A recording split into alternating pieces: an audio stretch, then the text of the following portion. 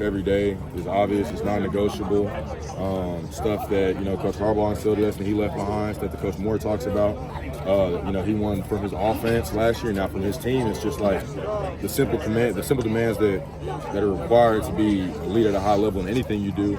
It feels like it's times 10 at Michigan and playing college football, just because, the weight that the block end holds and the wing helmet, it's like, we know that we got to protect the football. We know we got to assert dominance. We got to have precise execution, and maximum effort's going to tie everything in together. That's just what we do at Michigan. That's our 4 pillars of offense.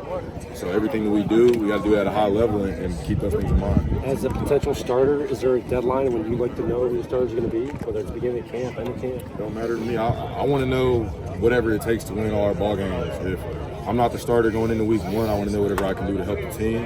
And if helping the team is me being the starter, then I want to work to be that. Because it could be a starter week 1 and someone else can start week 2, whatever gives us the best opportunity to win.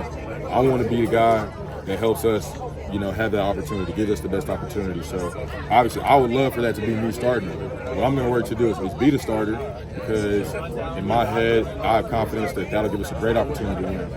And so that's just everything that I want to do, is just try to keep taking us to the next level and step up. What does that say about the culture that's kind of been built at Michigan? Because a lot of other teams, guys want to be a starter, and even at Michigan a couple of years ago, guy isn't a starter, they kind of check out, right? So what does that say about your culture here now, that you're the perceived starter at this juncture, but if you don't get that, you're like, well, I'm going to do whatever it takes to help the team win? I think that's just what it means to wear amazing blue. The different sayings we have, the team. Those who stay will be champions. It's like, at some point, it feels like those are just words on a wall or on a plaque, but once you sit through it, you live through it, you kind of play through it, you realize that they hold truth, and it goes from words on a wall to words engraved in a ring, and that's when you really feel it, and you're like, oh, wow, like, this really means something. And so I think that's just kind of how you kind of see different things, like dudes like Omarion, see how it is somewhere else and come back, just because he knows it's a little different here. It's going to be the things that we're going to do. We're going to try to find success every day. That'll lead to success, every week, every month throughout the season. But that's just kind of how Michigan is. That's what the culture is. We're all a family. It's the same as if I go home and me and my brothers are working out, and it's like I want to see them do the best that they could do. But it's not like I'm going to try to get more than them on the bench, so I'm going to mess with them. It's like I want to see us do the best. Like, I committed to the University of Michigan. I didn't commit to being a starter. I committed here to support the University of Michigan and try to give us the best chance to win, and whatever I can do to try to add value to the team. It's not a personal or selfish ideology when you come here at all. Reflecting on your spring, how do you think you did?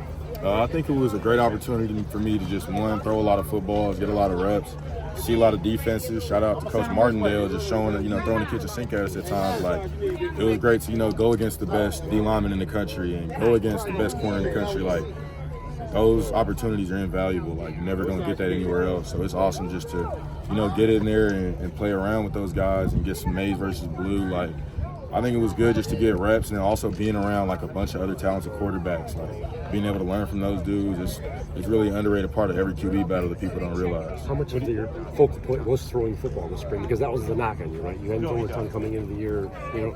How much was spent this spring doing it? It's pretty hard to play quarterback without throwing the football. So there's a lot of focus placed on it. I think that Coach Campbell, just an awesome coach, just like the way that he's willing to help individually, whoever it is, from a seventh-year senior in the room to a freshman that's been there for 7 days, like everyone top to bottom, like he's always willing to help. He's not, only focused on one person or, getting pissed at somebody whenever it's, something doesn't go exactly how even they think it should go. He's just going to try to help us, be the best that we can be. And so kind of going back to that culture aspect, I think that's the biggest thing, is you see it coming from the top to the bottom. Like, it's not just someone telling you to do it. You see our coaches doing it. You see our top players doing it, and it's like, dang, I got to be on the same thing. They find the success in this world. I kind of want to tie into the same thing. So I think, the throwing aspect is everything. Coach Harbaugh once told us, as a quarterback, accuracy is what's going to get you paid. Accuracy is what's going to get you a job.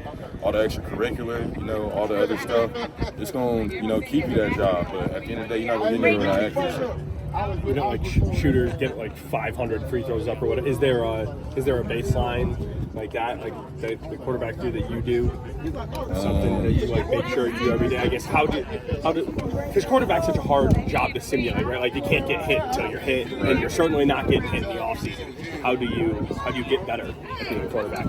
It's just repetition, just feeling muscle memory. I think muscle memory is the biggest thing because at times when you're training, whether it's with your trainer or on your own, you're just throwing routes on there, you're throwing routes at a dummy, a net, whatever it is.